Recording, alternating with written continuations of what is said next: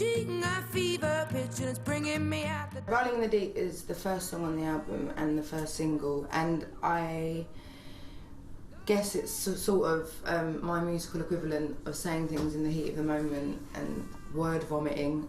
It was my reaction to being told that my life was going to be boring and lonely and rubbish, and that I was a weak person if I didn't stay in a relationship. So yeah, I was very insulted and wrote that as a sort of fuck you.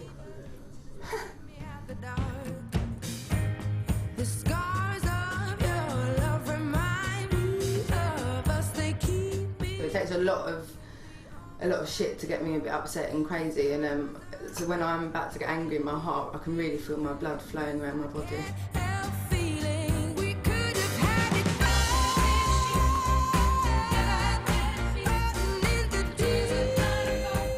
So I went with Paul with it, Paul Epworth, and it was exactly the kind of thing he had in mind to do with me, I suppose. I wasn't really expecting anything out of the session, just because he's known for being very indie, and I'm known for being very pop, so I wasn't sure if it would work too well, but it ended up being a match made in heaven, really. He's one of the most amazing writers and producers I've ever worked with. He's got so many ideas and just brought a lot out of me, brought my voice out as well. There's notes that I hit in that song that I never even knew I could hit. Now rumor has it she ain't got your love anymore. Rumor has it.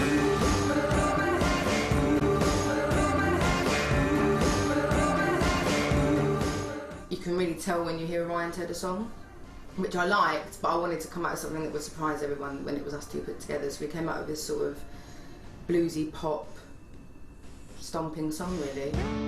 She is half your age, but I'm guessing that's the reason that you stay. Working on my first record, and I'd come home and I'd try and re-link with all my friends and catch up. I'd go out for lunch or whatever, go out for a night out, and like my friends would be like, oh, so I heard you're seeing blah blah, I hope you're not seeing him because I heard he fucked her, and I heard you're with him and all this stuff, you know. And it was just like my own friends were gossiping about me, do you know what I mean? And like, it's got nothing, I think some people might think it's called, obviously, rumour has it, and it's quite funny. I think people might think it's about blogs and magazines and papers, but it's not. It's about my own friends making up or believing stuff that they hear, you know, and I was just pretty mortified, really.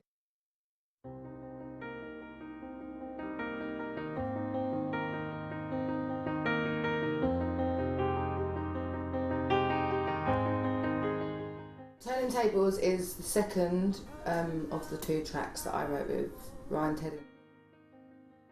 The Grammys in 2009, we were both staying in the same hotel, and I got in the elevator with about 100 heart balloons, and then Ryan got in as well, and all he could hear was my cackle, which I think has become a bit infamous. And he was kind of searching for the balloons to find me, and then we were like, amazing, we've definitely got to work together now. I can keep up with your turning tables under your thumb. I can't breathe. I arrived and I was quite upset because I was kind of in the middle of all the rubbish that was going on at home. And I turned up and I was just going, who the fuck does he... I don't know Ryan at this point, by the way, you know, and I'm like, who the fuck does he think he is? Always fucking turns the tables on me. And then he took that turning tables, you know, he kind of come up with the phrase, which I loved. Turning tables.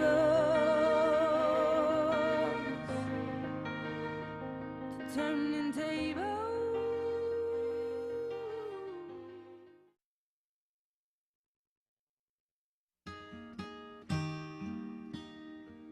It kind of got to the point where I'd managed to step out of kind of the bitter mode that I was in when I was writing the record, and suddenly felt, and I was kind of analysing all my songs and looking back at the lyrics and listening to the vocals and all that, and I suddenly got really ashamed and disgusted with the manner that I was betraying someone who was really important to me, and I felt really bad, and I kind of felt really childish that I'd made him out to be a complete twat in all the songs. No final kiss to seal any sins. I just started kind of reminiscing of how at the beginning, like, my skin would tingle any time he ever touched me, and I'd wait by my phone and be like going crazy because he didn't text me back within 10 seconds and stuff like that, and I was just sort of thinking about that, and it was kind of and I bet he doesn't remember why he loved me, you know, so it's just kind of like that. But don't you remember?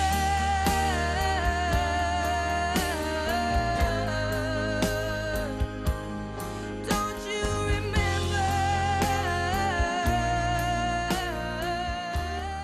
I find country music really exciting because I know absolutely fuck all about it. So every day I'm hearing something that I love that I don't know of. So it's kind of, I feel a bit like I've discovering music again for the first time.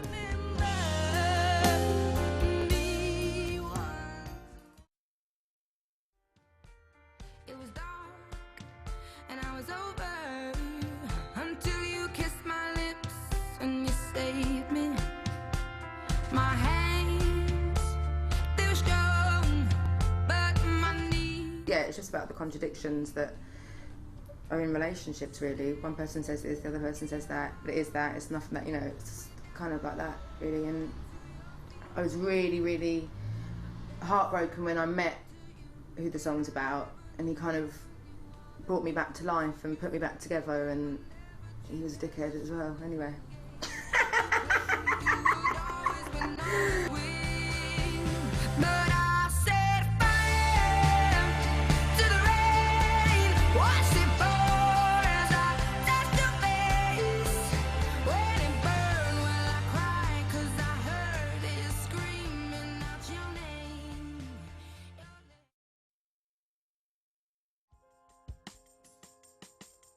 Some say I'll be better without you.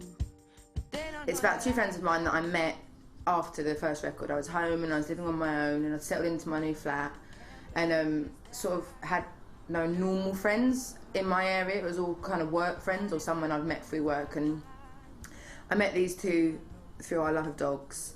And shortly after, a couple of weeks after, I found out that he was a heroin addict and was kind of making his, kind of on his journey to go into rehab. And he's become undone, but I won't go. I can't do it on Their bond with each other that kind of overrode or overcame everything that was going on really, really touched me and really, really moved me. And I'm so proud of them both, and I'm proud of him. He's been clean for over a year now, and it's, you know, it's just, it's quite exciting, quite kind of seeing a new life happen when you're kind of 30 odd.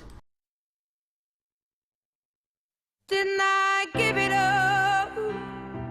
Tried my best, gave you everything I had. Take It All is written with Ed White, who I did Chasing Pavements and Make My Heart Stone and Tired with on the first record. Yeah, I can't remember how Take It All came. He played a chord and then I just started singing it, and it's, you know, it's about my devotion to someone and then not caring really, and taking the piss out of me and like kind of exploiting me, I guess, in a way. And literally, it was, as I sang it, the lyrics happened. It wasn't sort of sitting there writing about it. It was literally like, imagine sitting down with someone and saying, look, this really isn't working because you're making me look like a mug. It literally was like that, but in song. It was like something out of West Side Story or something. Crumbling fool, just take it all with my love. Time against us, miles between us. It's almost like, imagine walking down to the street on my iPod and being like, yeah, it's good. Soundtrack to my life.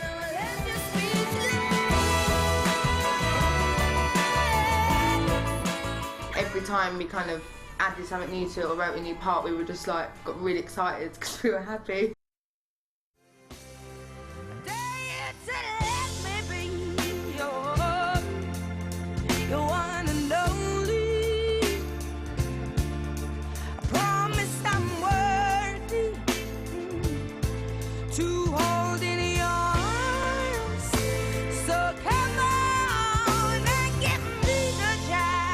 One and Only is another happy song, and it's not about the same guy that the record's about. It's about someone that I've known for years, and we've always really liked each other and never been together, even though I'm pretty convinced I'm probably going to marry this guy in the end.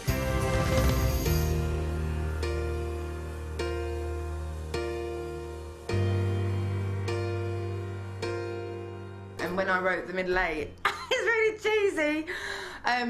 The night before I wrote them in late, I watched Never Been Kissed with Drew Barrymore in it, and you know at the end when she describes being kissed as the whole world slows down and goes in slow motion, everything else goes blurry, and the only thing in focus is her and that Fitty guy, that whoever's playing that other character. And I kind of see it like that, and whenever I hear the bridge, it really is sort of like that, and it's quite epic. And I mean, I don't think Never Been Kissed is a particularly epic movie, but like, you know, it's just kind of that. I can just imagine being in Trafalgar, I don't know why I'd be in the middle of Trafalgar Square kissing someone, and the whole world just slowing down and it being a bit like a fairy tale. So it's a bit of a sort of daydreaming song, I suppose.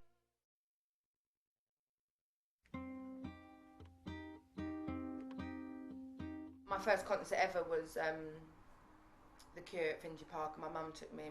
It's such a touching song, and it's all one take, and it's very raw, and I'm really sad in it because I'm missing home, and the whole experience of being in Malibu with Rick Rubin was a bit overwhelming, and not in a sad way, but it was just, I felt quite heavy, sort of, you know, by it all, and that song sort of set me free a little bit, and I sang it for my mum, and it's a really stunning recording. It's like, it really is Rick Rubin, that song. Do you know what I mean? The recording is just, the sounds, everything, it's just amazing, the way it's all mic'd, and my voice had gone as well, which I was a bit kind of paranoid about, but it actually suits the song really, really well. You make me feel like I am whole again.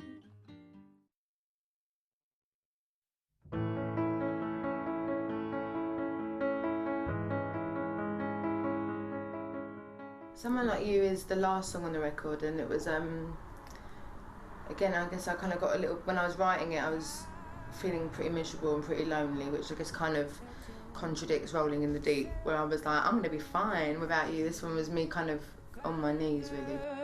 And you're married now. Yeah, I mean, that relationship, the entire record's about, that is really summed up in Someone Like You, has changed me in a really good way. It kind of, it's really made me who I am at the moment, you know, and I'm sure there'll be another relationship, well, I hope so anyway, that helps change me and define me as well. But I can imagine being about 40 and looking for him again and turning up, and he's settled and he's got a beautiful wife and some beautiful kids and he's completely happy, and I'm still on my own. It's kind of about that, and I'm quite scared at the thought of that, you know, so it's kind of all in that. Never mind, I'll find someone like you. I wish nothing but the best for you. On 19, I sound a lot younger, and I sound really naive and childish and innocent and dumb on it, I think. Even though a lot of people always think that it's mature and that I'm wise beyond my years, I don't at all think I was. And on this one, you know, I know a bit more about myself, and I accept things now, like rejection. I'm fine with it. I'm an adult. You know, it upsets me, but I can deal with it. You know what I mean? And it doesn't make me question myself that much, even though it probably should make me question it. But I think this entire record's a bit more kind of grown up and mature and sincere, and like that lyric that you just said from Someone Like You, I wish nothing but the best for you. It's kind of stubborn. I'm being stubborn even though I'm saying it, but you know, you can't really hold grudges forever. It just weighs you down, and that's something that I've only learned in the last year, while I've kind of been recovering from everything that happened, and I feel better for it. I just feel lighter and healthier for not dwelling on things too much, really.